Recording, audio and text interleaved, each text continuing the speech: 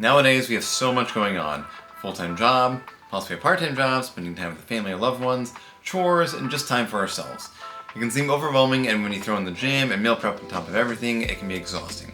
Today I'm going to help you give back your time in the gym and the kitchen with the same or less effort. Let's get started. Meal prepping for the week can be a huge time saver. It ensures you have readily available healthy meals to choose from at any given time, making it easier and convenient to stay on track. When it takes 3+ hours to meal prep for the week, that can be a drag, especially when you meal prep on a day off from work. What's becoming more accessible nowadays are healthy options that are relatively affordable and already prepped. Proteins are the most expensive of food groups, and the already cooked versions of these can be pretty pricey. Instead, we'll focus on the pre-made carbs and fats. First, we need to discuss what is considered healthy and what is unhealthy to nail down what we are buying. Now, the main thing to realize is that these terms will mean different things to different people. For example, carbs, such as sweet potatoes, can be considered healthy for vegans and the average Joe. But for those on keto, sweet potatoes would completely wreck them out of ketosis and be considered unhealthy. Oats can also be a high-fiber staple carb, but paleo enthusiasts would shun them. After comparing every different individual food, you'll find that no food would be healthy for everyone. In regards to losing weight and building muscle, we know that after hitting your specific protein goals, and ideally getting at least 20% of your calories from fats, it really doesn't make a substantial impact on your goals, whatever else you eat. Obviously, you want some carbs for energy, but foods caked in sugar don't provide great micronutrients that are vital for the body and overall function. The tried and true reason behind weight gain and weight loss is calories in versus calories out. Whomever tells you differently takes a very specific scenario in hand and writes it off as the end-all be-all when we have multiple studies and reviews showing this very simple concept of the law of thermodynamics. With that being said, the carbs and fats you choose to consume is completely up to you. Generally, this video will be in regards to reasonably nutritious carbs and fats that provide more micronutrients than their counterparts would. So now that we've nailed down exactly what it is we're looking for, how do we get it for less work, more nutritious, and more importantly, the same cost or cheaper? There's some pretty simple healthy swaps right off the bat. Fruit instead of chips, vegetables instead of more potatoes, etc., etc. We all know the gist of what healthy foods to get instead of junk food. So instead, I'm going to go over the best low effort and cost effective healthy food hacks that I use on a weekly basis. One trick is to make your own granola. The best part about this is that 1, you can control the amount of sugar you put into it, and 2, you can just toss everything in a bowl, mix it up, and put it in the oven. You'll need oats, honey, light butter, and cocoa powder is optional, or whatever extracts you want to flavor your granola with. Buy fruits in season that don't require any prep work instead of washing, such as apples, bananas, etc., but also strawberries over blueberries, since portioning out will be easier due to the strawberries being bigger than the blueberries. By buying a package of strawberries and it says 400 grams, I can split that up into 4 100-gram packages without even having to measure them out. So I'll just be splitting up into 4 equal-ish looking servings and bag those up to eat whenever I want. I don't have to weigh them because I know I'll be eating 400 grams of strawberries in that week, and all 4 servings are roughly the same size.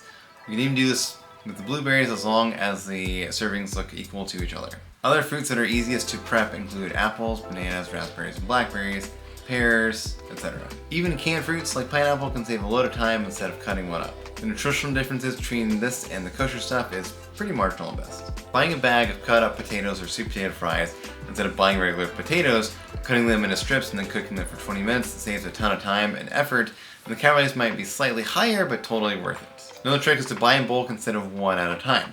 For example, my pure protein bars through Amazon cost a lot less when I buy in packs of 12 or 18 rather than in packs of 6.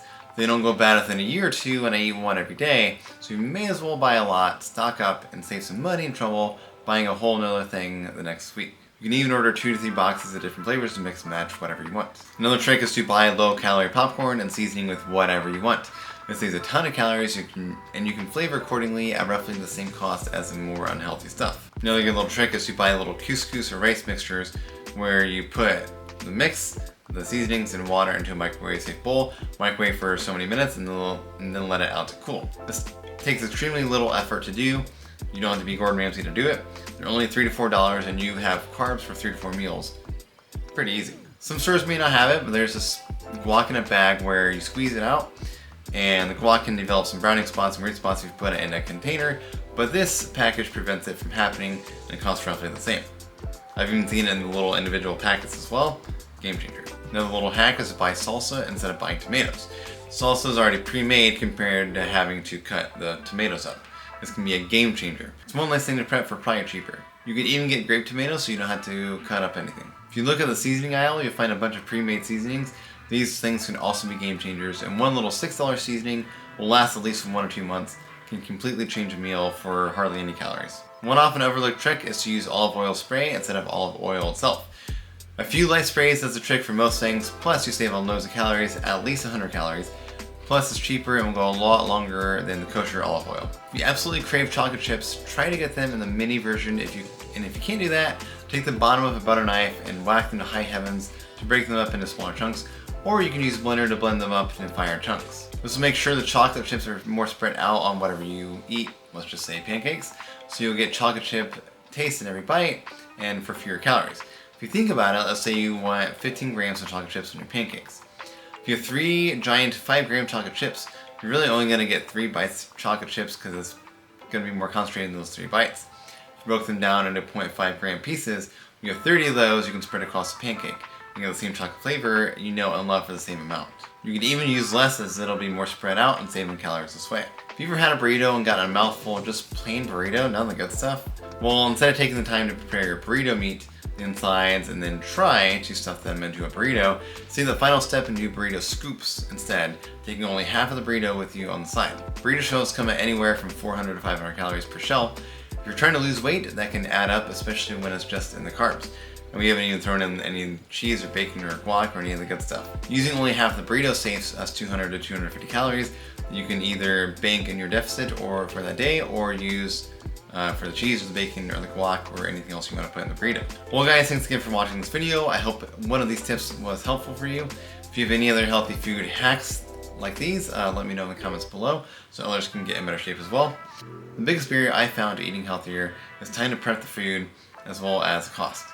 There are lots of ways to go around these for little effort, but it's not very talked about or well known. Anyway, smash that like button if you found this helpful, subscribe if you want to see more content like this, and I'll see you guys here in the next video.